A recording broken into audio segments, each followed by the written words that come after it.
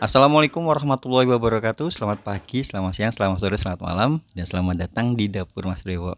Oke, langsung aja hari ini kita akan buat donat.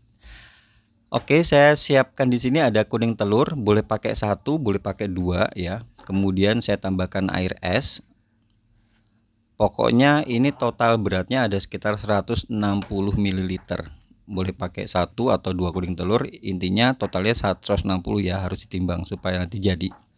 Kemudian kita siapkan juga ada susu bubuk, saya pakai 1 sachet itu yang 26 gram. Kemudian saya tambahkan gula pasir 30 sampai 50 gram. Saya pakai 30 gram. Kemudian ada bread improver, saya pakai di sini 1 sendok teh, dan juga ragi instan. Wajib ya, raginya tuh kalau bisa harus yang aktif, atau masih baru tuh lebih bagus gitu. Kemudian untuk tepung terigunya saya pakai tepung terigu yang protein sedang 300 gram. Boleh pakai protein sedang, boleh pakai protein tinggi atau protein rendah. Sama jadinya, semua bisa jadi, cuman nanti beda di teksturnya aja. Di sini saya pakai yang protein sedang, atau kalau mau di mix juga nggak apa-apa. Kemudian tinggal kalian campurkan dengan telur dan air yang udah kita timbang tadi ya. Diulenin sebentar aja sampai dia nyampur, intinya sampai nyampur aja. Karena setelah ini kita akan campurkan garam sama margarin. Jadi garam itu jangan jadi satu dengan ragi ya, sebab akan menghambat kerja ragi, sehingga raginya itu nanti nggak ngembang. Jadi harus diberikan setelah dicampur dulu, campur tercampur rata, baru kalian tambahkan garam dan juga margarin atau mentega. Ini saya pakai margarin. Kalau dari awal kalian mau pakai mixer juga bisa ya, atau mau diaduk dulu tadi baru di mixer juga nggak apa-apa. Ini kita mixer sampai dia kalis elastis. Kalis itu sampai dia nggak nempel di wadahnya, adonannya kan lengket ya, nggak lengket, dan juga elastis. Pada waktu kita tarik itu dia nggak putus, atau kalau istilahnya itu namanya window pin. Kenapa harus window pin? Window pin itu berfungsi kalau misalnya kita buat adonannya window pin ya. Jadi ragi itu kan mengeluarkan gas yang akan mengembangkan adonan. Nah kalau misalnya adonannya itu enggak jadi window pane, otomatis nanti gasnya akan bocor, dan alhasil kue, donat, atau roti kalian kalau misal pakai ragi itu dia nggak bakal ngembang begitu. Kalau lamanya mixer itu bisa 10 sampai 15 menit sesuai dengan kinerja mixer kalian masing-masing. Kalau udah kalis elastis, baru kita akan timbang pakai gunting gini ya, jangan dicawok-cawok gitu. Pakai gunting seperti ini.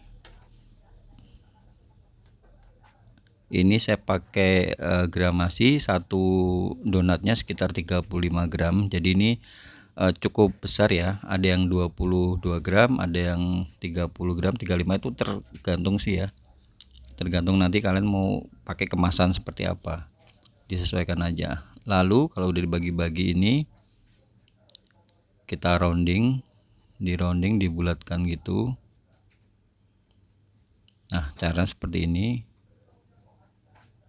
Sampai bawahnya tuh nutup, baru diputar-putar. Kalau kalian ngerasa metode roundingnya ini masih kurang paham, kalian boleh tuh cari di YouTube atau di TikTok gitu ya, cara merounding donat gitu. Setelah ini baru kita akan istirahatkan 15 sampai 20 menit. Nah, kalau udah 15 sampai 20 menit udah setengah ngembang gitu ya. Ini saya pindah di wadah tersendiri kayak gini.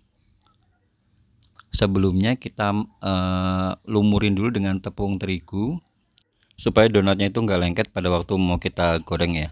Nah, ini kita akan tekan-tekan pelan-pelan gitu. Ini namanya teknik degassing, untuk mengeluarkan gas supaya donatnya nanti pada waktu proofing itu dia tidak tidak bantet. Sebagian ada yang saya model beboloni gitu, sebagian ada yang saya bolongin.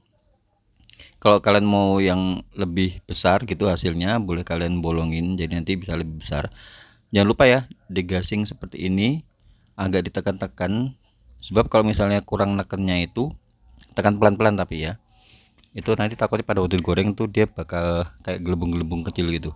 Nah, ini kita akan proofing Next kita akan proofing, ini kita proofing terbuka, nggak perlu tutup ya, kurang lebih sekitar 45 menit atau sesuai dengan suhu ruang kalian. Kalau misalnya suhu ruang kalian tuh panas, biasanya lebih cepat untuk proofingnya, bisa 45 menit bahkan kurang. Kalau misalnya suhu ruang kalian dingin, mungkin bisa 1 jam bahkan lebih. Jadi perlu kalian cek ya, sekali-sekali kalian cek. Kalau udah 30 atau 40 menit gitu kalian cek. Caranya tuh kalian tekan, kalau misalnya pada waktu ditekan itu dia bisa balik lagi, berarti dia udah selesai proofingnya. Jangan terlalu lama, karena kalau terlalu lama jadinya overproofing. Kalau overproofing tuh pada waktu digoreng nanti donatnya malah jadi kempes. Sia-sia kan kalau misalnya kalian udah buat lama, nunggu lama, ternyata overproofing, aduh. Jadi harus perlu diperhatikan sekali ya pada waktu proofing itu. Untuk gorengnya juga minyaknya tuh apinya kecil ya, pakai api kecil, tunggu sampai minyaknya panas baru kalian masukkan. Masing-masing sisi itu paling sekitar 1,5 sampai 2 menit ya setahu saya. Ini saya setting 2 menit. Setelah itu kita balik. Kalau tadi proofingnya pas, otomatis ngembang dan dia nggak bakal kempes gitu donatnya. Kalau misalnya kalian proofingnya over terlalu lama, malah pada waktu diangkat atau digoreng, setelah digoreng tuh dia bakal kempes.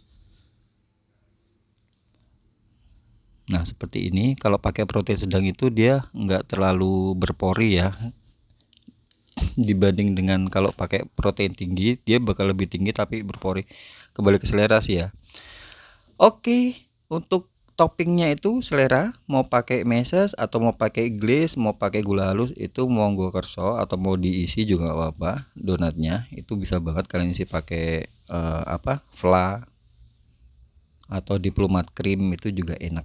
Kalau untuk dijual nih, satu ini paling saya jual harga sekitar 5 ribuan, tergantung toppingnya. Kalau toppingnya dia glaze yang lebih premium gitu, mungkin bisa lebih dari 5.000. Oke, demikian konten kali ini, semoga bisa bermanfaat buat kalian yang baru aja gabung ke sini. Jangan lupa follow akun ini untuk dapat resep-resep menarik lainnya. Akhir kata saya ucapkan banyak terima kasih, jangan lupa jaga kesehatan, dan wassalamualaikum warahmatullahi wabarakatuh.